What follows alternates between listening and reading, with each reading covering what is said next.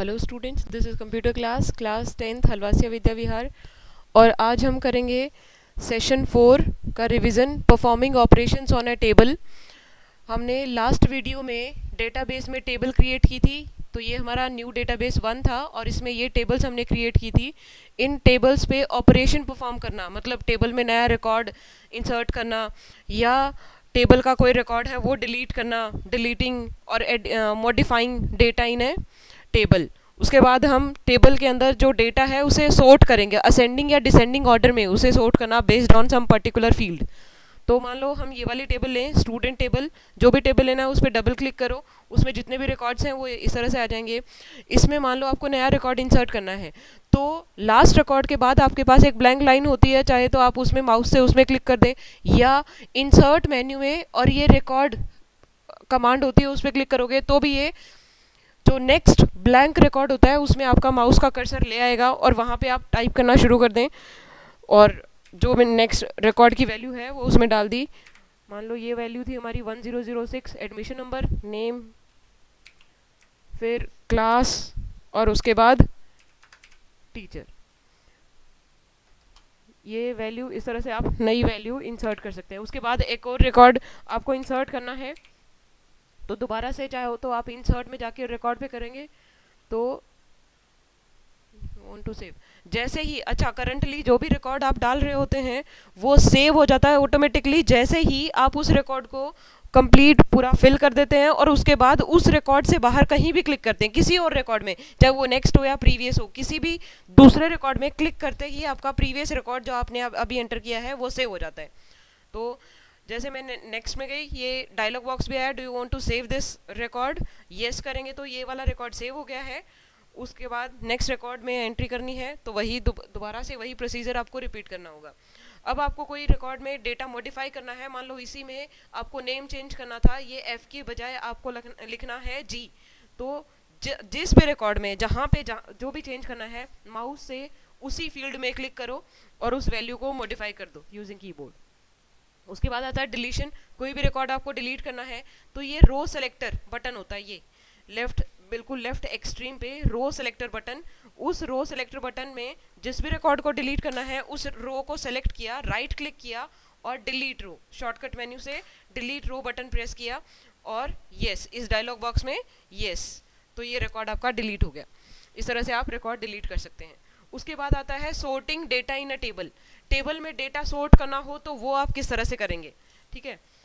मान लो आपका ये टेबल हमने लिया है या कोई और टेबल ले लें हम, जैसे ये टेबल ले लिया, मुझे ये टेबल सोर्ट करना है बेस्ड ऑन प्रोजेक्ट नेम। अभी ये सोर्टेड है but based on admission number, मुझे इस टेबल के डेटा को सोर्ट करना है। और क्राइटेरिया हम कौन सा लेंगे, किस फील्ड के बेसिस पे, तो ये प्रोजेक्ट नेम, पीआर नेम, इस फील्ड के बेसिस पे मुझे सोर्ट करना है। सोर्टिंग क्या होता है, arranging all the records in ascending order और इन डिसेंडिंग ऑर्डर, यही होता है सोर्टिंग। हमने एक्सेल में भी किया है, कैल्क में। तो इसमें अगर आपको टेबल को सोर्ट करना हो तो जिस भी फील्ड के अकॉर्डिंग आपको सोर्ट करना है वो फील्ड सेलेक्ट करोगे, उस फील्ड के नेम पे क्लिक करोगे माउस से, ये फील्ड लेना है आपको, तो आपने माउस से इसका माउस का लेफ्ट बटन इस फील्ड के नेम के ऊपर क्लिक किया, ये पूरा फील्ड सेलेक्ट हो गया। उसके बाद यहाँ टूल बार में आपके पास ये ऑप्शन है सोर्ट असेंडिंग और ये है सोर्ट डिसेंडिंग के लिए। तो इनमें से जो भी आपको चाहिए, असेंडिंग या डिसेंडिंग, जिस भी ऑर्डर में आपको सोर्ट करना है उसी बटन पे क्लिक करोगे, ये उसी ऑर्डर में सारे रिकॉर्ड्स आपके सोर्ट हो जाएंगे। तो इस तरह से आपने किया सोर्टिंग। उसके बाद ये सेव भी हो गया है, या आप फाइल में जाके और सेव पे क्लिक कर सकते हैं। अदरवाइज जैसे ही आप चेंज करते हैं ये टेबल में ऑटोमेटिकली सेव हो जाता है। उसके बाद आपको नेक्स्ट आपको करना है रिलेशनशिप हमने लास्ट वीडियो में पढ़ा था कि दो या दो से ज़्यादा टेबल्स आपस में एक डेटाबेस के अंदर दो या दो से ज़्यादा टेबल्स आपस में रिलेटेड हो सकती हैं। वो रिलेटेड होती हैं थ्रू ए कॉमन फील्ड। वो जो कॉमन फील्ड है वो आप डिफाइन करते हैं, उन कॉमन फील्ड का नाम दोनों टेबल्स में थोड़ा बहुत डिफरेंट हो सकता है बट उन फील्ड्स का डाटा टाइप सेम होगा। मतलब एक में आपने डेसिमल इंटीजर लिया है तो दूसरे में भी इंटीजर लिया है, एक में आपने बिग इंट लिया है तो दूसरे में भी बिग इंट लिया है, ठीक है। दोनों फील्ड जो कॉमन फील्ड होते हैं उनका नाम डिफरेंट हो सकता है लेकिन उनका डाटा टाइप है वो कॉमन रहेगा, एक चीज़।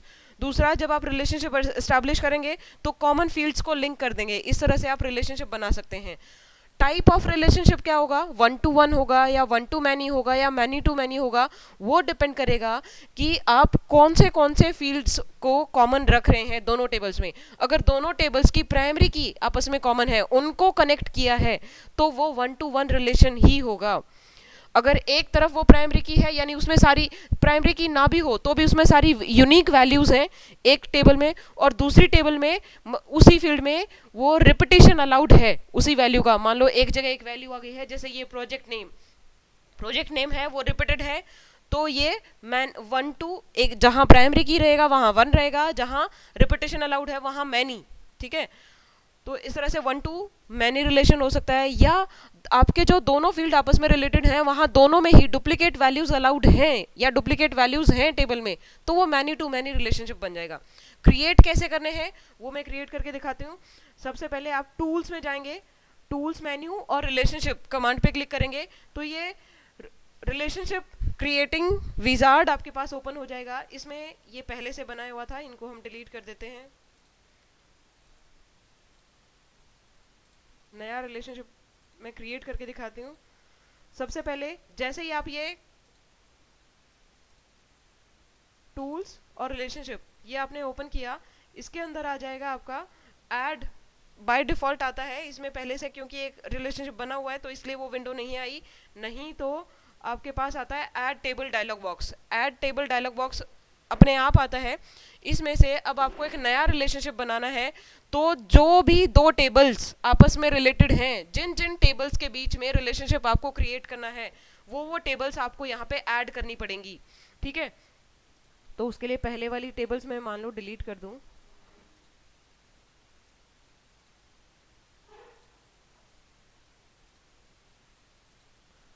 और ये गए इंसर्ट और ऐड टेबल। इसमें ऐड टेबल में कौन सी टेबल, मान लो मुझे स्टूडेंट टेबल, ये टेबल सेलेक्ट की और ऐड बटन क्लिक कर दिया, ये टेबल ऐड कर ली।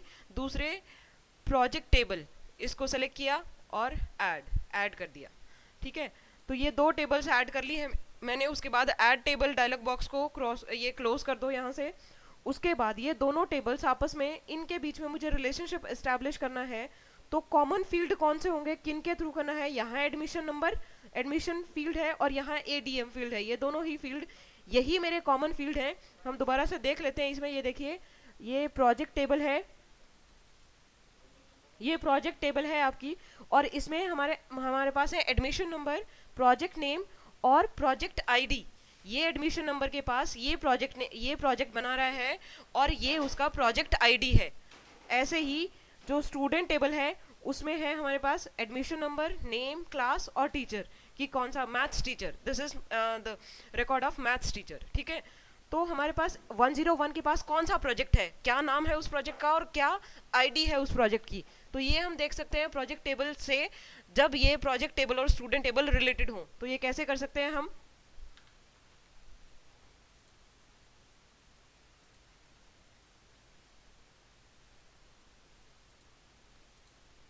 ये रिलेशनशिप वाले हमारा विजार्ड था, तो इसमें हमारा कॉमन फील्ड क्या है, यहाँ भी एडमिशन नंबर और यहाँ भी एडमिशन नंबर, तो ये दोनों आपस में रिलेटेड हैं। तो रिलेशनशिप एस्टैब्लिश कैसे करना है, जिस भी टेबल का पहली टेबल का वो फील्ड सेलेक्ट करना है और ड्रैग करके दूसरी टेबल के उस फील्ड तक लेके जाना है जहां जो हमारा कॉमन है। ठीक है, उन दोनों को आपस में लिंक कर देना है माउस के लेफ्ट बटन को ड्रैग करके, और ये बन गया हमारा 1 to 1। ये रिलेशनशिप एस्टैब्लिश हो गया, और ये 1 to 1 रिलेशन है। क्यों 1 to 1 क्यों है, क्योंकि यहाँ भी ये हमारा प्राइमरी की है और इस टेबल में भी ये फील्ड हमारा प्राइमरी की है। दोनों टेबल्स के जो फील्ड हमने लिंक किए हैं दोनों ही प्राइमरी की हैं, तो ये 1 to 1 रिलेशनशिप बनेगा। यानी one record in this table will be related to exactly one record in the second table, that's why it is 1 to 1 relationship. ऐसे ही मान लो अगर आप एक और रिलेशनशिप क्रिएट करें, उसमें दोबारा से इंसर्ट ऐड टेबल, कौन सी अब की बार हम करेंगे स्टूडेंट टेबल, ये ऑलरेडी एडेड है, और टीचर टेबल ये ऐड करना है। इनके बीच में एक ऐड करेंगे, तो इसमें हमारे पास कॉमन क्या है, नॉट टीचर, मैथ्स टीचर, ये ऐड करेंगे। हमारे पास कॉमन फील्ड जो है वो है टीचर, इधर टीचर जिसमें हमने मैथ्स टीचर का रिकॉर्ड रखा था, और इधर टीचर आईडी।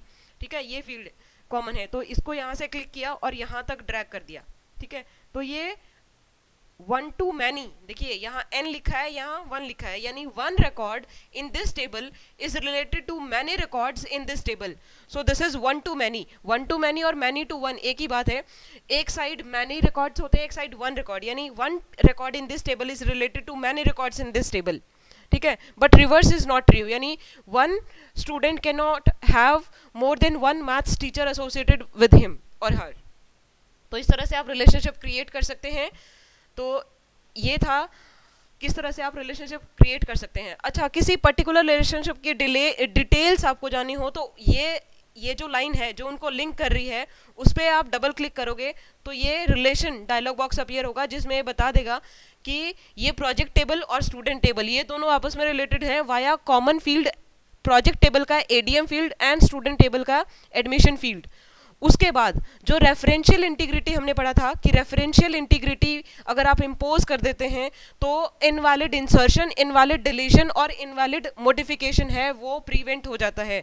वो कैसे होगा, यहाँ से आप ऑप्शन सेलेक्ट कर सकते हैं, अपडेट ऑप्शन, नो एक्शन, यानी एक टेबल में आप अपडेट करें जो जिसमें आपका जो आपकी फॉरेन की है, जहां वो प्राइमरी की है जिस टेबल में, वहां पे अगर आप कुछ अपडेट करें तो जहां वो फॉरेन की एज ए फॉरेन की सर्व कर रहा है वहां कुछ चेंज हो या ना हो तो वो यहां से आप चूज कर सकते हैं। अपडेट कास्केड का मतलब क्या है कि मान लो मेरी दो टेबल आपस में रिलेटेड हैं, ये इस तरह से यहाँ पे मैं किसी एडमिशन नंबर चेंज कर दूं तो कॉरेस्पॉन्डिंग चेंज यहाँ आए या ना आए, ठीक है। या डिलीशन कर दें कि डिलीट कास्केड कि अगर मैंने मेरी फर्स्ट टेबल में जो फॉरेन की है वो किसी दूसरी टेबल में प्राइमरी की होगी और जहां वो प्राइमरी की होगी वहां पे अगर मैं कोई रिकॉर्ड डिलीट कर दूं तो वो डिलीशन कास्केड किया जाए या ना कास्केड किया जाए, मतलब all the records related to that deleted record in the referring table must be deleted or not। तो अगर आप इसको सेलेक्ट करोगे तो अगर आपने जो प्रोजेक्ट टेबल में अगर कोई एक रिकॉर्ड डिलीट कर दिया तो उससे रिलेटेड यहाँ जितने भी रिकॉर्ड्स होंगे वो भी डिलीट हो जाएंगे, ठीक है। सेट नल में क्या होगा, अगर आपने यहाँ रेफरेंशियल जो रेफरिंग आपकी टेबल होती है वहां से कोई रिकॉर्ड डिलीट कर दिया तो रेफर्ड टेबल में से जो बाकी रिकॉर्ड्स हैं जो उस की से उस फील्ड से रिलेटेड हैं उनमें नल वैल्यू सेट कर दी जाएगी। तो इस तरह से ये आप रेफरेंशियल इंटीग्रिटी यहाँ से सेट कर सकते हैं। ओके प्रेस करेंगे, उसी तरह से रिलेशनशिप एस्टैब्लिश हो जाएगा। तो इस तरह से आप रिलेशनशिप बिटवीन टेबल्स क्रिएट कर सकते हैं। इसके साथ आपका ये सेशन कंप्लीट है। उसके बाद नेक्स्ट जो सेशन है दैट इज क्रिएटिंग क्यूरी, वो नेक्स्ट वीडियो में हम करेंगे। Thank you.